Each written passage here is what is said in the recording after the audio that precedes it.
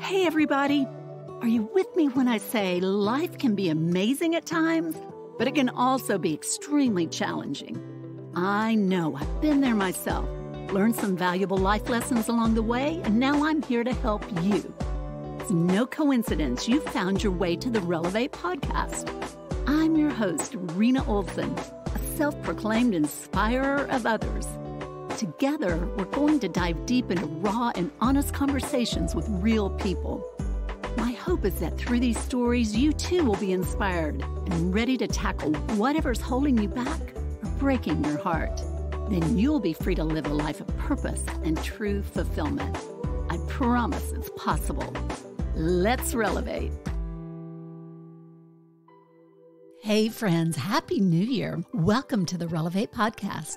I'm your host, Rena Olson, here with another episode to inform and inspire you. My guest today is Dr. Jeannine Jannot, a brilliant school psychologist and student coach, and author of the book, The Disintegrating Student, Super Smart and Falling Apart. In a performance-driven culture like we live in the U.S., it's no great surprise that many of our students are cracking under the pressure.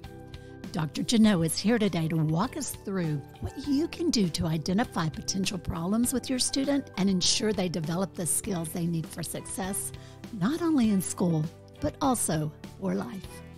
Dr. Jeannine Jannot, welcome to the Relevate podcast. Thank you for having me. Well, I am so glad you're here. Super fun that we both live in the Milton area. I love living here. I know. And great that we can do this conversation face to face and not over the phone. Where did you grow up? And was your plan always to work with families and struggling kids? I grew up in Ohio, very Midwestern upbringing. And no, I never saw myself as I remember being a young kid, teenager, young adult, and I'm not even going to get married. I'm not going to have kids. And it turned out, yeah, that's exactly what I did. So it wasn't until worked on my psychology degrees and found out that it was really developmental psychology I was so fascinated with. And that's what got me working with children in all kinds of settings and families. Wow. So what exactly does that mean, developmental psychology? So I got my undergraduate degree in psychology. I got a master's in school psychology and worked a little bit in the schools as a school psychologist, but didn't feel like I was being able to do exactly what I wanted to do. I was doing a lot of testing, but not a lot of proactive, work with families and kids. So I got a degree, my doctorate degree is in child and developmental psychology. And what that means is basically looking at the lifespan, how we change over time and what's developmentally appropriate, specifically when it comes to education. So with my education background, I was really interested in, well, how's curriculum developed so it's appropriate and meets the needs of, a kindergartner versus a third grader versus a 10th grader. And all that work and just all my experience in private schools, public schools, raising my own 3 kids just brought me to the point where I felt like I could write the book that I just wrote last July. Oh, and congratulations on that. Tell us the title. So it's called The Disintegrating Student, Super Smart and Falling Apart. That's an amazing title. Well, we will definitely get into that because it's a very, very timely discussion. So do you work both with the kids and the parents in your practice? I do. So typically most of my work is what I call student coaching. So I'm working one-on-one with students. But you can't work with a student without working with a parent, absolutely, because everything functions together and a family is like a puzzle. So you don't tweak one piece and leave the rest of the puzzle the same.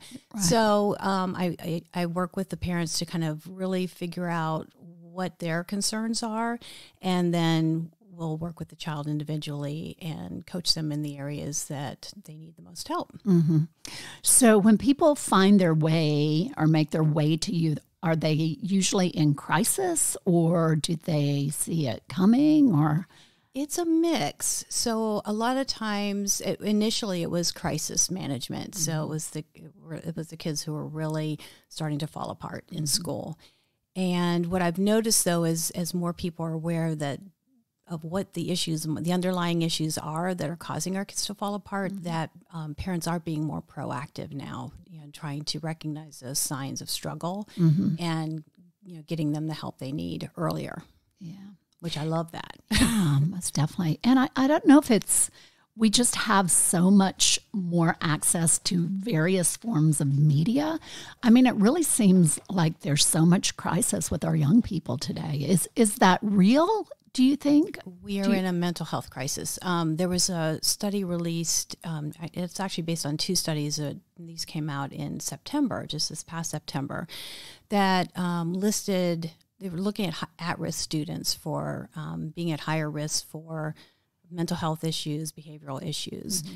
And students from high-achieving schools are now on the list, along with kids coming from poverty, mm-hmm. having incarcerated parents, living in foster homes, and recently immigrating. Wow. I mean, that's staggering. That is staggering. So our high-achieving kids, or at least the kids in high-achieving schools, are now at risk. Mm-hmm. 3 to 4 times the risk of the normal population of having mental health issues. Anxiety, depression. Exactly. Suicide. Oh my gosh, that is unbelievable. So how did we get here? It's been over a long period of time, because I think we're behind in recognizing how serious the mental health crisis is. Exactly. By many, many years. Mm-hmm. So, for those of us who've been paying attention, it's like, well, duh, we knew this was happening.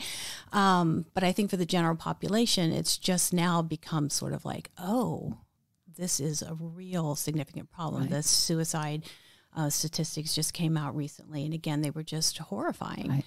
And we got here through a lot of different pressures. Ultimately, what we did, starting in the probably mid-1980s, is we started to do things that put us on a path to an achievement culture that we currently live in today. Right.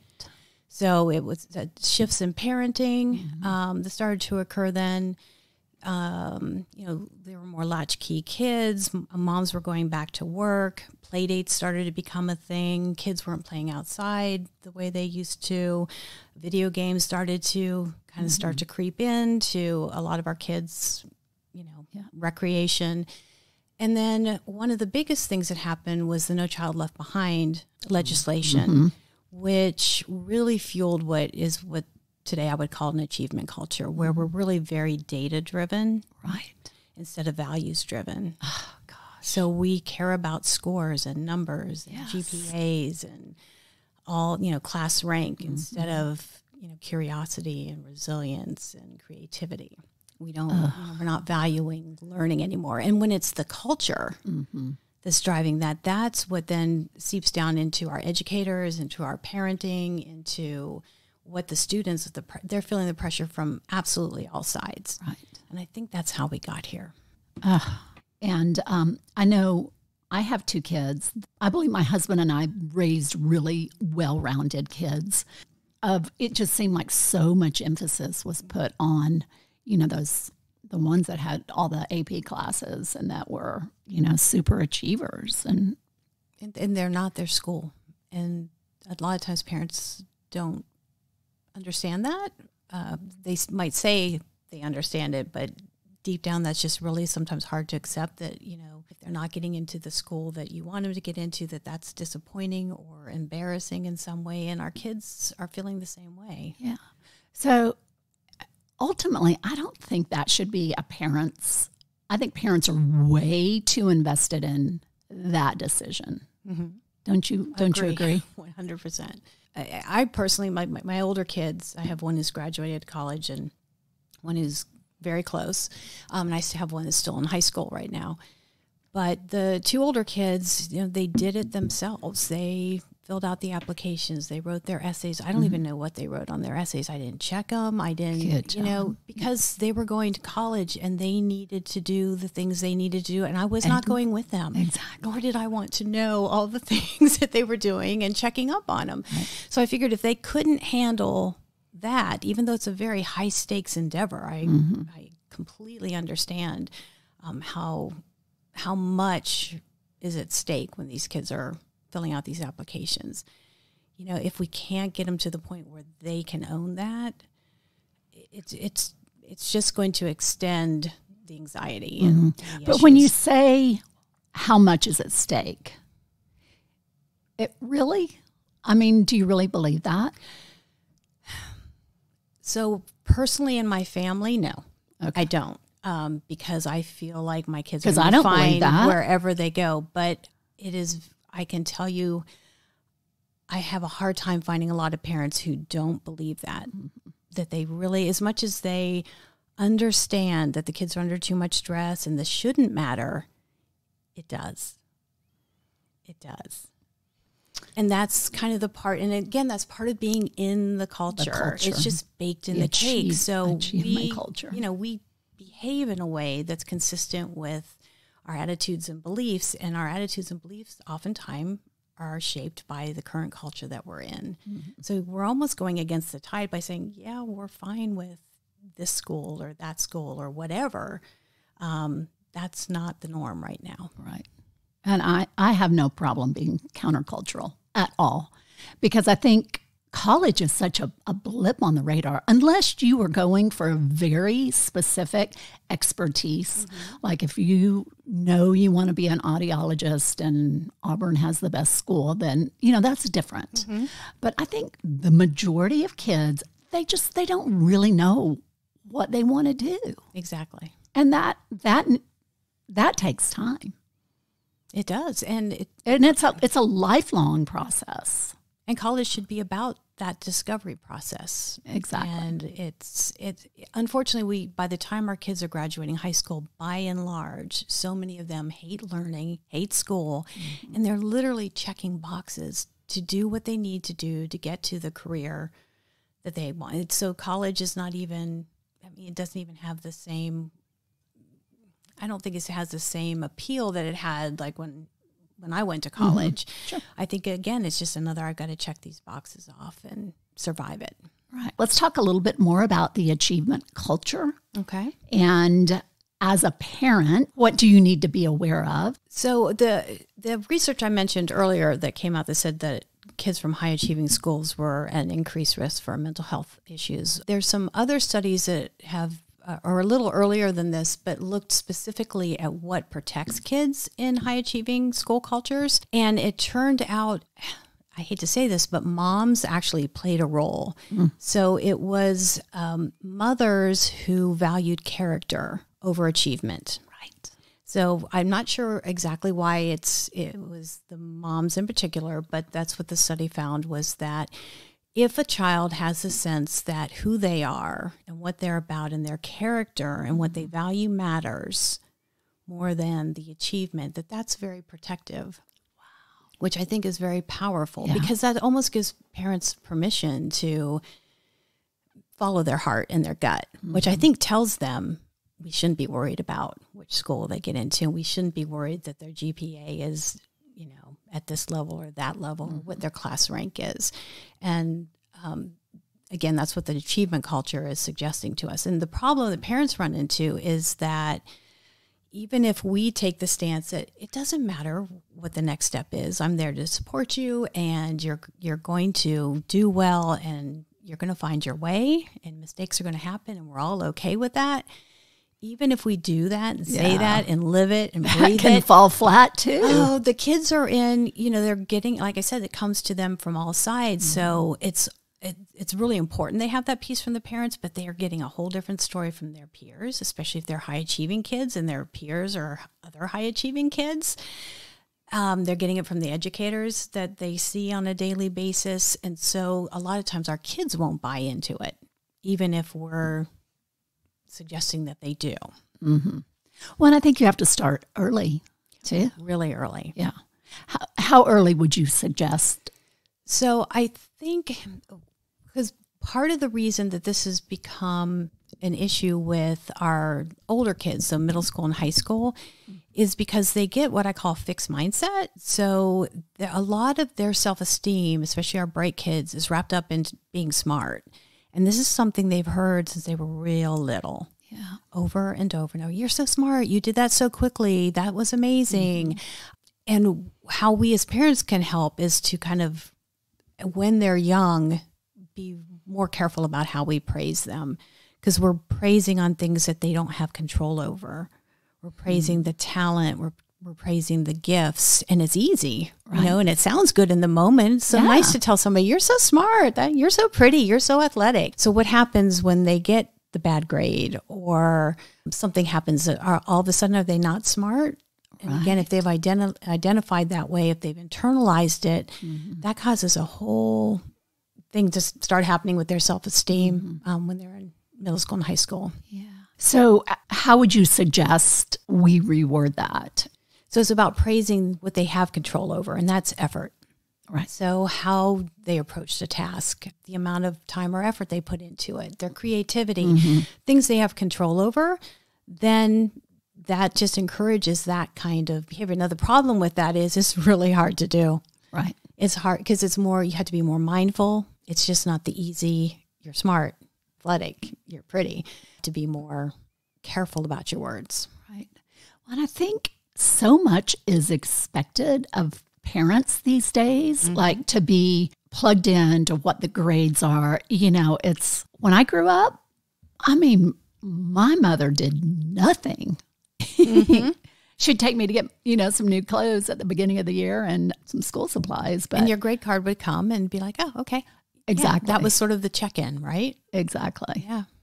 Exactly. Yeah. But now it's hour by hour. Parents are checking the portals. And that's expected of them, right? That's what the schools. But it's a real mixed message when you think about it, because we're saying, you know, you need to let your kids handle these things and be advocates for themselves. But at the same time, oh my gosh, weren't you keeping up with the portal? Didn't you know? Why haven't you, so it's a mixed bag. But I don't check the portal. Yeah. I figure if something really bad's happening, somebody's going to tell me, but that's not my responsibility. Those aren't my grades. And, you know, what can I do about it? All I can do is nag my kid, which isn't going to get either of us anywhere. Exactly. It's going to drive me crazy. So, okay. Talk to me. What is a rigor tipping point? So a rigor tipping point is what I call the point at which a child gets to the stage of rigor, whatever that looks like for them, where their ability no longer kind of matches the difficulty of the work. So in other words, a lot of kids, especially really high achieving kids, they kind of breeze through elementary school. So they're the kids who they don't study, they really don't do homework at home. They manage to get it done in class or on the bus, and school's just so easy for them. They just remember stuff they hear, they go take the test, they get their A's. At some point, that child may hit a rigor tipping point. So it may be 6th grade, it may be 8th grade, 10th grade. 8th and 10th grade are really common tipping points, although I've noticed 9th grade has now become one because the high school curriculum has gone into the 8th grade. So there's a lot of 8th graders taking 9th grade classes. So now I'm seeing 9th grade as being this tipping point. And it's basically that a student who hasn't had to study and had to really work and put effort into school hits this point where they can't just wing it anymore. Right. So they have to learn to study. And so some kids they'll modify and they'll make those adjustments, and, you know, they just kind of continue on and they're still high achieving students.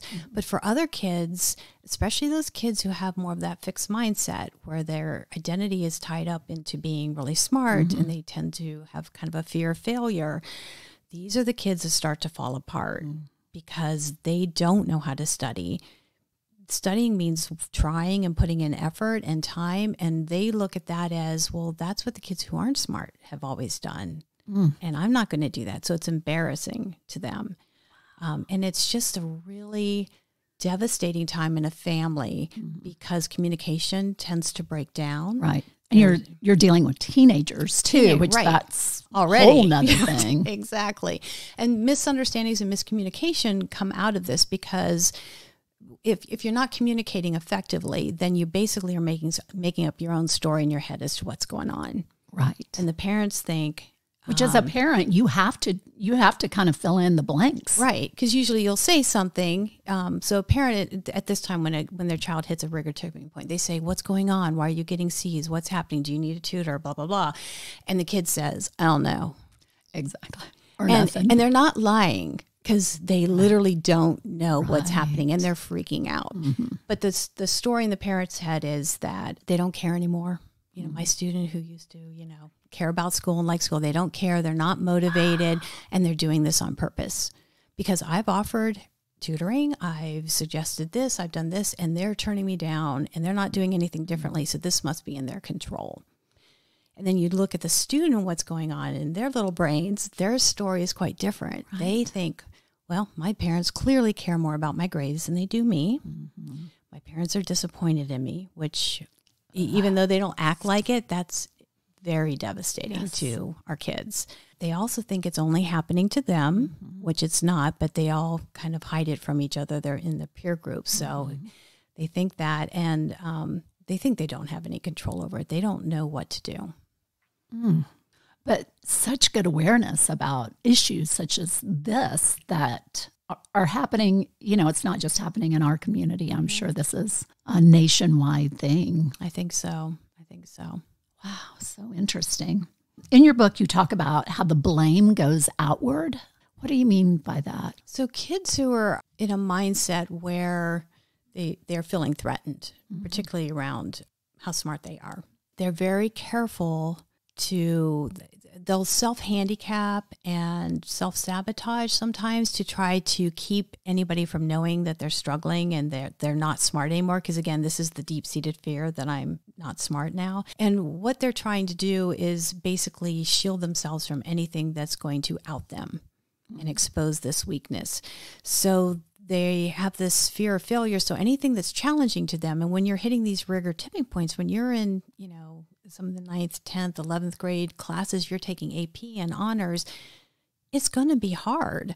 Right. And so what they're doing is they're trying to protect themselves from those challenging situations. And there's research that actually shows that the opposite of having this kind of mindset, which is a fixed mindset, is having a growth mindset, which means you're kind of open to making mistakes. You learn from the feedback. You welcome the challenges. And we actually can see what's going on in the brains of students who have more of a fixed or a growth mindset. And what they do is they put these kids in a situation where they have to solve a very challenging puzzle that they've never seen before. And at the end of it, so they're looking at their brains, what's happening while they're solving the puzzle. And at the end, they get the feedback. And what happens with a child's brain who's in a more of a fixed mindset stage is it just goes dark. They're not even listening. And a growth mindset brain is just lighting up all over the place.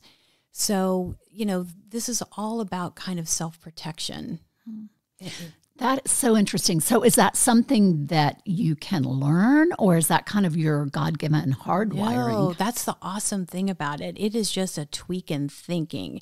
Actually changing mindsets, really in the short term, it's very, very simple. It's just giving somebody the information. So we have mindsets about all kinds of things. We have like an aging mindset. So if you think about somebody who's, like 89 years old and you picture that person in your head, we have default ways of, assumptions, beliefs about a person who's 89. That's an aging mindset. You can have a positive one. You can have a more negative one. And people, just interestingly, I think, people who have a positive mindset about aging live on average 8 years longer. Oh, wow. Like really healthy, good quality of life. How amazing is that? So mindsets are incredibly powerful. Right. So when we talk about like this academic mindset being fixed or growth, what I have to help students understand is that basically challenges and mistakes are what you want to happen. And that's a hard pill to swallow for a lot of our students. And how I bypass it with them is usually they have a growth mindset when it comes to their extracurriculars. So if they're a lacrosse player or a swimmer, or they're in drama or debate or band or something like that, where they are being coached, they are making mistakes, they are practicing, they're putting in effort, where they can see that and how that outcome is so positive and how they make gains, then I have to say, okay, now we need to take how you're thinking about this and how you're approaching this outside thing that's not school and bring it into academics. And the light bulb kind of goes on for them. It's like, oh, they don't want to do it, but the light bulb goes on. Because, again, it's very threatening, and they feel very vulnerable. But what the piece that's lacking for them is skills. And so my big pitch to them is you're not dumb. You're as smart as you ever were. And if anything, you're getting smarter. I mean, the adolescent brain has the capacity to grow or lose 18 IQ points. It is so spongy and malleable. So for good or bad, the brain is, it's one of the most incredible times after, that time when they're starting to learn to walk and talk, where the brain is just absorbing so much. So I say to them, you just have never needed skills. You've been that smart, but now you need to add some skills in, which means time management and organization and really good, effective study skills and study habits, because they don't even have study habits. A lot of them don't even have a study environment. It's like, I don't study at home. It's like, well, let's think about how we can make that happen. And sleep, screens, and stress are all things that they need a little bit of help managing. Say that again. Sleep, screens, and stress. Okay. The 3 S's, because those are all things that are it's all tied together. Yeah. So as their anxiety gets worse, their screen use goes up. Imagine that. Mm-hmm. So that's their coping mechanism. And of course that becomes a point of contention in the family. And a lot of times the way we parents address that is we take their phone away and nothing changes because, again, they're using it as a coping mechanism. And it's an addictive coping mechanism. Sure. So it's very problematic. Sleep, screens, and stress. Screens and stress. Wow. That kind of applies for everybody. For everybody, it does. Let's talk a little bit about ADHD. Okay. It seems like a lot of your work is focused on high-achieving kids versus the broader spectrum. Do you see a lot of ADHD in your practice? I do. Again, a lot of gifted children have ADHD. A lot of the kids I see, whether they're high achieving or not, when the anxiety starts to increase for them, they think they're ADHD or they look ADHD. So I'm seeing this a lot with females. So some of the girls who come to see me who are in the 14 to 17-year-old range who've never had any kind of diagnosis of ADHD will say, I think I have ADHD. Well, that's not possible because, according to the Diagnostics and Statistical Manual, the DSM-5, we need to be identifying that by age 13. So the fact that all of a sudden at age 16, that's unlikely, unless, with girls, sometimes they have the inattentive type and it's not really addressed. So that's possible. So it's possible that with the anxiety added in, what was ADHD that they were compensating for because they were very intelligent just didn't really get noticed earlier. So that's a possibility. But for a lot of the kids, the anxiety is mimicking the symptoms of ADHD. Talk to me a little bit more about that. So one of the things that anxiety is doing is it's hijacking your thinking brain. Wow. So when your thinking brain is hijacked, you can't focus, concentrate. It's harder to kind of self-regulate. It's harder to think. And that's happening with our kids with test anxiety, but it's happening to them even on a broader spectrum, I think, so that, even when they're not really anxious about a certain thing, their anxiety level has just, the baseline has become so high that they're having difficulty staying focused. Right. So how do you coach somebody through that in dealing with anxiety? So I'm always about getting to the root causes of things. So I can throw skills at people all day long. Sure. Like, here, this is what you need to do. And unless they understand, first of all, why a way I suggest doing something would be helpful. So I'm big on, here's what your brain's doing. I think teenagers are well served to understand what's going on in their adolescent brain because it's fascinating and it explains a lot. Right. So I like to give them that knowledge base, first of all. And then I like to talk to them about, what's driving, whatever issues they're having. So a lot of kids will come saying, well, I'm just a big procrastinator. It's like, well, I'm sure you are, but why? And they're like, well, that's just who I am. That's my personality. It's like, no, I don't think so. There's more to that story. So to kind of get down and talk to them about, well, there's certain procrastination triggers, if something's challenging, if there's something you don't like, if it's frustrating, if it's ambiguous, there's all these triggers that can make us want to procrastinate. And schoolwork tends to have many of those triggers. Guilty. So they need to kind of understand that it's a lot about self-reflection, which teens by and large are not awesome at. Yeah. that's not really their thing. So I like to get them really to start attending to their feelings instead of just going to their phone. Just sit with this discomfort and really ask yourselves, be vulnerable and ask yourself questions about why you're avoiding this and kind of learning that way. Because I think in that way, then they can start to connect to their future self, which again is not something adolescents are really, even us adults, as we're not great at this. But I like to have them think about themselves at, 11 o'clock tonight.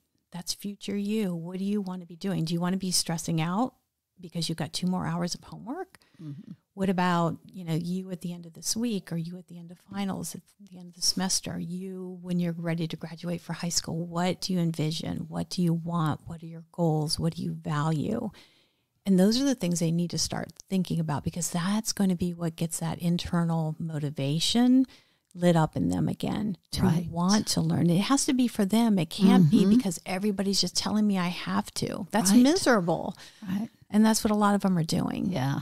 Stoking that internal motivation. That is the key. How do you do that? And I think as a parent, it's just so hard because at some point they become tone deaf to you, to the parent.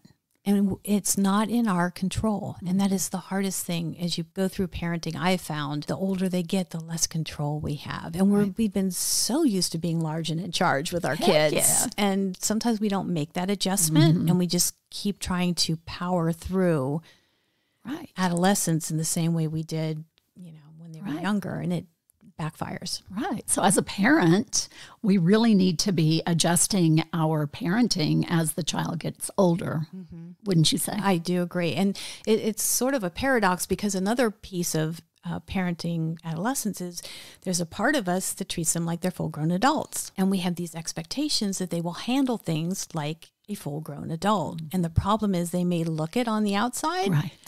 Their brain is not there yet. Right. That frontal lobe, that part, our thinking brain, the part that helps us concentrate and self-regulate and controls our impulses and our concentration, that part's not fully matured until after they graduate college. Yeah. So it's in the late 20s. So, when they act like little kids or do something that's not very smart, there's a reason for that. Right. And I think different kids have a different maturation level. Absolutely. Of that frontal lobe. Yeah, and our girls are a couple years ahead of our boys. And if you have a child with ADHD, that area of the brain is immature a little bit longer. But that's why, kids tend to outgrow ADHD, or it tends to get better, because as their brain matures, it starts to take on some of those deficits and handles it better. Yeah. So we hear so much about social media and how it's negative for our young people. What would you say about that? Well, I have so many students that will argue with me and say, if they didn't have that, they don't know what they would do, that there's so much positive they get out of it. But what the research tells us is it depends on how they're using it and what's going on with our kids when they're using it. So it is very dangerous when we have a child who feels lonely and they're not connected and they're deeply involved in social media. And even if they're not posting, but they're reading other people's posts and they're internalizing this. So that just leads to more depression. So that's not at all helpful and somewhat dangerous. But a lot of our kids are using it for more positive means. So in group chats, to share uplifting things. So it really depends on how a child is using it. And there's the argument that it's not the social media itself, it's how it's being used. And I think that has some merit to it. But we do have to address the hours spent on it, good or bad. Right. And our kids are reporting on average 5 to 7 hours a day. And a lot of, you'll hear 9 pretty common from a high schooler. A day.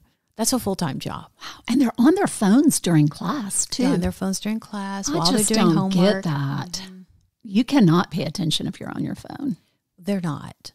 They're not paying attention. And the poor teachers having to deal with that. And they're not paying attention to their homework either. So they're saying they're multitasking, but they're not. they're shifting quickly back and forth, and their homework's taking them way longer than it needs to. Exactly. So what can parents do to, I don't know if it's monitor it, or how can parents coach their kids through appropriate use of social media? So the recommendation now is wait till 8th, which is don't even give your kid a smartphone until 8th grade at the earliest. Oh, nice. And that's part of looking at brain development and what they can handle. Because when you think of some of the content that 10-year-olds are being exposed to, that's changing their brains and not in a good way. Right. It's scary. So waiting till 8th. And the more parents who do that, the more that becomes the culture. Right. That becomes what we do in the norm. So that's helpful. Really having, and again, this is hard. So if a parent's listening and they have a 16, 17-year-old and they've had a phone for 5 years, all the stuff I'm going to say right now is like, yeah, that's just not going to work because we're in it. Sure. But ideally, if you wait till 8th, then as they get their phones, there are house rules. So you can designate zones, screen-free zones or screen time zones. So like we can all use our screens between these hours and these hours. We cannot be on our screens at the dinner table. All screens get put in a charging station outside of your bedrooms at such and such a time. And establishing that as the norm in our house, this is what we do, is really beneficial because they don't have the brains that can fight back against that urge to not stop. They don't want to stop. Yeah. And social media is designed with no stopping points. So if you think about scrolling through Instagram or Facebook, if you read a book, you can get to an end of a chapter or an end of a section. It's like, well, there's a stopping point for me. We don't have that in social media. You just keep scrolling. And before you know it, how much time has passed? Exactly. So we as parents need to play frontal lobe here and thinking brain and say, we're going to put a stopping point for you. So that can be really helpful. And the two things that mitigate screen use, the research shows, are face-to-face contact. So the more face-to-face contact our kids are getting with their peers and with family, so dinner time, extracurricular activities, that mitigates a lot of the screen time. So that's really positive. Again, that's one of the things when we're worrying about those kids who aren't interacting and they're really on their phones and they're, judging themselves. So that's, those kids would benefit from more face-to-face interaction. And the other piece is nature. Oh, yeah. Being outside, particularly if you can do that without input from an outside source. So no headphones, but just being outside. Right. It's what the brain evolved to experience. And when we shut that out completely, if you think about when we're outside, you might go to a park or a shopping center or something and people are walking, looking down at their phones. They've got their headphones in. They're sitting under a tree, but they're looking at their phones with their headphones on. And it's like, that's not nature. Exactly. And the brain's not recognizing it as such. Right. I think physical activity absolutely is a biggie. And that's kind of been shrinking out of the schools, right? Oh, absolutely. That's recess or the kids who are misbehaving, that's the punishment. That, you don't get to go outside and expend this energy. And that's what our kids need more than anything, particularly in those elementary years.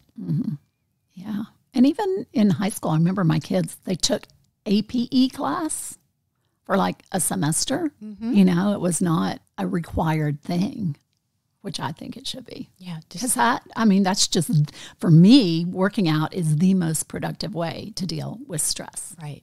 Moving, yes. Right. You have to learn to develop these tools. And that, for me, that's the purpose of school. It's developing those tools that you're going to use for the rest of your life. That would be nice, yes. But I just don't think that's where we are today, unfortunately. They're not going to listen to me. Yeah. Well, I'm working on it. That's why we're having this conversation, because I think the more we have this conversation, the more likely we'll see change. Yeah, most definitely. So what is the biggest, most common form of advice you give to parents? The thing I believe in the most is living out loud, which is my way of saying, do what you want them to do. Model it yourself. Oh, yeah. So our kids have been watching us from the second they were born and could open their eyes, and they haven't stopped looking. And even if they don't act like it, and even if you suspect they don't value what you value, or that they're not hearing your advice, they are. Yes. But more than anything, more than hearing you, particularly when they're teenagers, they're watching.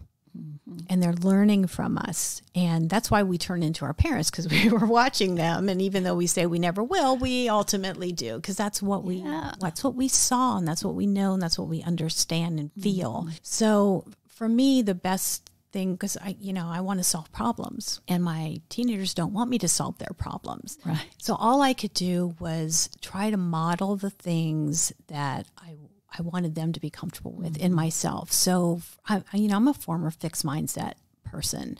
I've been there, done that. And it's a uncomfortable place to be, because you're kind of stagnant. So if you're an adult with a fixed mindset, you kind of stop challenging yourself. And so I made the conscious decision when I took the job teaching at Georgia State, when I decided to open my business and do the coaching, when I decided to write a book, for heaven's sakes, that was never on my radar. Those were all things where I had to be extremely vulnerable. Sure. And say, I don't really know what I'm doing here, but I am going to do my best and see how this goes. And then I just did it out loud in front of my family, the good, the bad, the ugly. And they saw that it was all okay. And they saw that I could handle disappointment or setbacks. And that has been really good for me, number one, which is actually good if we do good things for ourselves as parents. But they've been watching. They've been watching. So then that's what we have control over. And I really want parents to feel like they have control. Yes. But you don't have, at some point, you really don't have control anymore. Correct. Right. And you've got to learn to let it go with grace. With grace. It takes a lot of deep breathing. Occasionally you go to your closet and cry. That's just parenting. Right. Our kids, the greatest gift we can give them is we take control ourselves and do the things we have control over. They really feel very powerless right now, so many of our kids, and they don't feel like they have control because they have all these demands. Right. And giving them more responsibilities in the way that's developmentally appropriate, giving them the permission to try and fail and make mistakes, and it's not the end of the world, gives them more control. Right. And when they get more control, they become more motivated. Right. Which is what, and again, that internal motivation. But if they feel like it doesn't matter what I do, I'm just going to not, I'm going to get this bad grade, or it doesn't matter, my parents aren't going to be happy anyway, how do you try? Right. And again, that starts feeding into the anxiety and even depression sometimes. Right. And I believe that home should be a safe zone, a place of rest, and you can't have harmony all the time, but it needs to be a safe zone for the kids. And if you're overscheduled and you're running and you're picking up food all the time through the drive-through window, it's like, time out, reassess, and simplify. I mean, I think, parents are good intention in trying to load the schedule with meaningful activities, but kids need to be home and chilling and resting and just hanging out. And the safer our space is at home, the more likely, ironically, you'll get those breakdowns and crying fits and lashing out, because that is the safe space. Right. So parents sometimes think, well, they're just losing it. Nobody would know that my kid would do that. They won't believe me that, it's like, well, that actually says that they feel safe doing that, and they need to do that. Right. So, harmony is not something we should expect in households with teenagers. Mm-hmm. Yeah. It's a process. I think for parents, this too shall pass. You blink and your kids are grown and on their way, and we give them roots and wings and a whole lot of love and good discipline. And, I know it's hard, but I think it's back to basics a lot. I mean, I love the living out loud and the fact that you're modeling so much of the behavior that you don't even realize. And not just with your words, but your actions and your relationships and all of that. I think that's really good advice. Yeah, they don't really listen to our words a whole lot. No. It's more our actions. Because we say a lot. Yeah, we do. The problem is, as parents, and I've done this, and I see it a lot. We talk the talk, but we struggle to walk the walk. Yeah. And it's helpful to, my big thing in walking the walk is I know I shouldn't solve problems I'm not asked to solve, but it's my nature. So sometimes my response when my child is losing it and has this big thing, this big drama, and my solution is just, well, did you try this? Or maybe you should, that's just my go-to. And you get that look. Yeah. Having a mom who's a PhD, I don't want you to solve my problem. So I have an arrangement with my daughter that when I do that she immediately tells me I'm doing it because I really don't notice. That's good. And I stop because all she wants me to do is listen. I don't need to be the problem solver. And my head is driving me crazy, but I can stop myself and just listen and let her have her moment. That's such good advice. It's hard. It is hard. Okay. Well, awesome. Well, I have you here. I've got to ask about juuling. Oh, yeah. The vaping. The whole vaping thing. It's like, are you seeing any of that? I mean, I just keep hearing so much about it. That's sort of where I am. So it hasn't come up as an issue with most of my clients that I can think of as something that I'm dealing with. Mm-hmm. I think parents are really struggling with either not knowing or being aware, thinking that their child's not doing it when perhaps they are. Yeah. And maybe not recognizing how incredibly serious the potential here is for long-term serious damage. Nicotine addiction, and it's gateway. Smoking, marijuana, alcohol, all gateway drugs. And the damage to the lungs now, it looks like it's not just from the vitamin E oil, but at the high temperatures, which particularly the THC, which is in the marijuana products, they need to put it at the highest temperature to get the steam and to get I don't know. But anyway, they have to turn it up really high. But the higher temperatures it's actually breaking down some of the metals in the device, which are getting, the particles are in the lungs and permanently scarring lungs. So there's just more to it than cigarettes were bad enough. Right. This is like cigarettes plus all this other horrible stuff that they don't even know necessarily is happening. And there's so much potential for long-term or deadly outcome, which is horrifying. Yeah. And the numbers, I think, are pretty staggering. Yeah. So one last thing, and then we'll kind of move on to something a little more positive to close the episode. So you mentioned the suicide rate, that it is at an all-time high for young people. It is. What do parents need to be watching for, be on the lookout for that? I mean, that is really, really scary. It is. And depression looks different in our teens than it does in adults. So I think that's one of the things that surprises parents if they find their child's in crisis. It's like, well, they don't look depressed. They don't act depressed. Depressed people don't get out of bed. And that's very common in adulthood. Sure. In childhood, sometimes they will fake it. They're very good about going about their business, and they're not necessarily just holed up in bed. And they kind of do what they need to do. Right. So sometimes parents can be really surprised and blindsided by the extent of suffering that their child's going through. So that's one piece of it. But I'd say the things to watch for is really a change in friendships and relationships. So if they, and activities. So if they stop doing the things that they've always loved to do, stop talking to the people that are their people, switch groups of friends, that, it's like, well, why are you hanging out with these people now all of a sudden?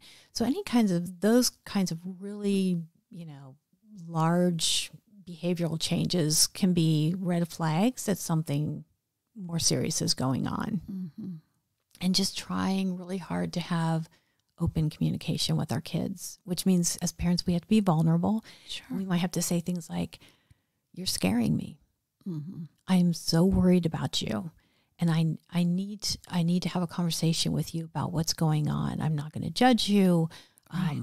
I want to help. Exactly. In the way that you need me to help. And, again, we're problem solvers and fixers. And sometimes that is just so scary as a parent.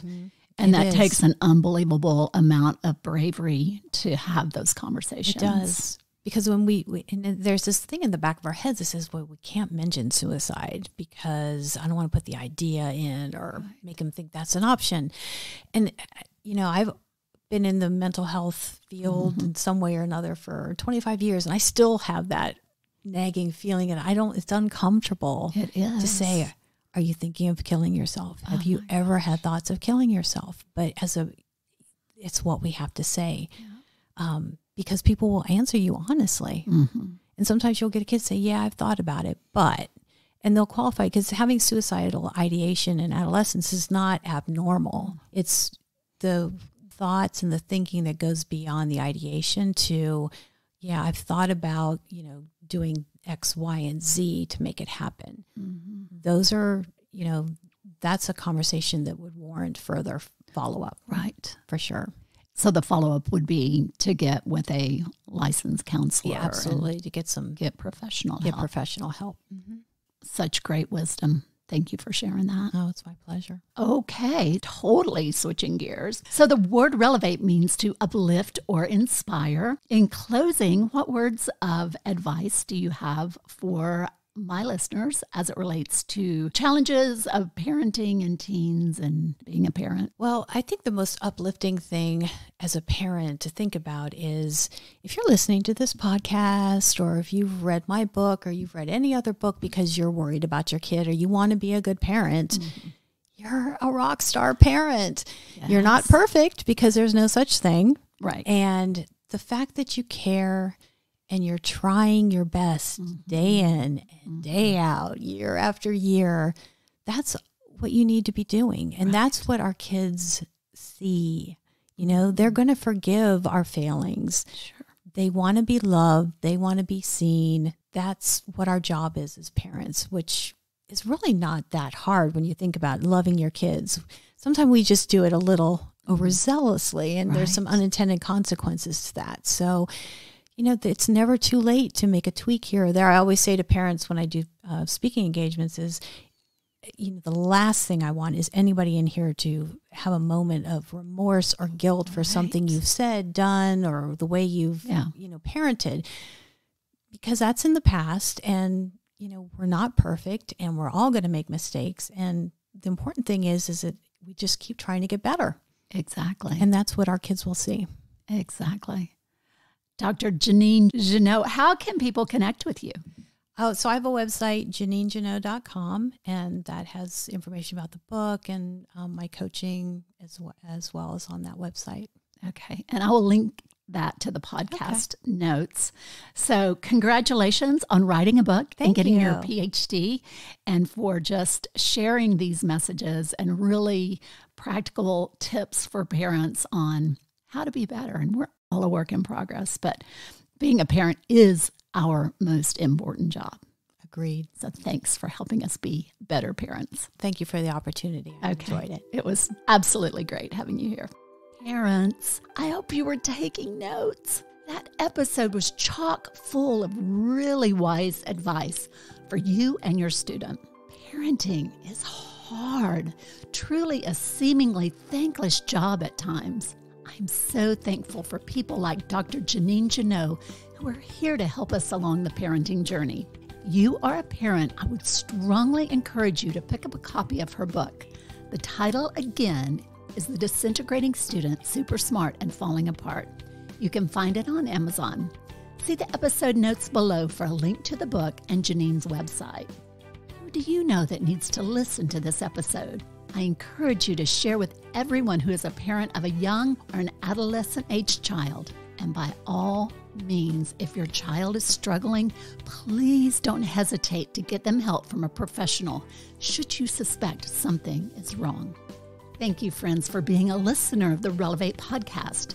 I encourage you to subscribe to the podcast, listen, and freely share these episodes with those you know and love. You never know the struggles people are facing. As your host, it is my hope and prayer that the conversations we have will encourage and inform and maybe even be a catalyst to spark change in someone's life. For more information, check out my website, rena-olson.com. I'm Rena Olson, and this is Relevate.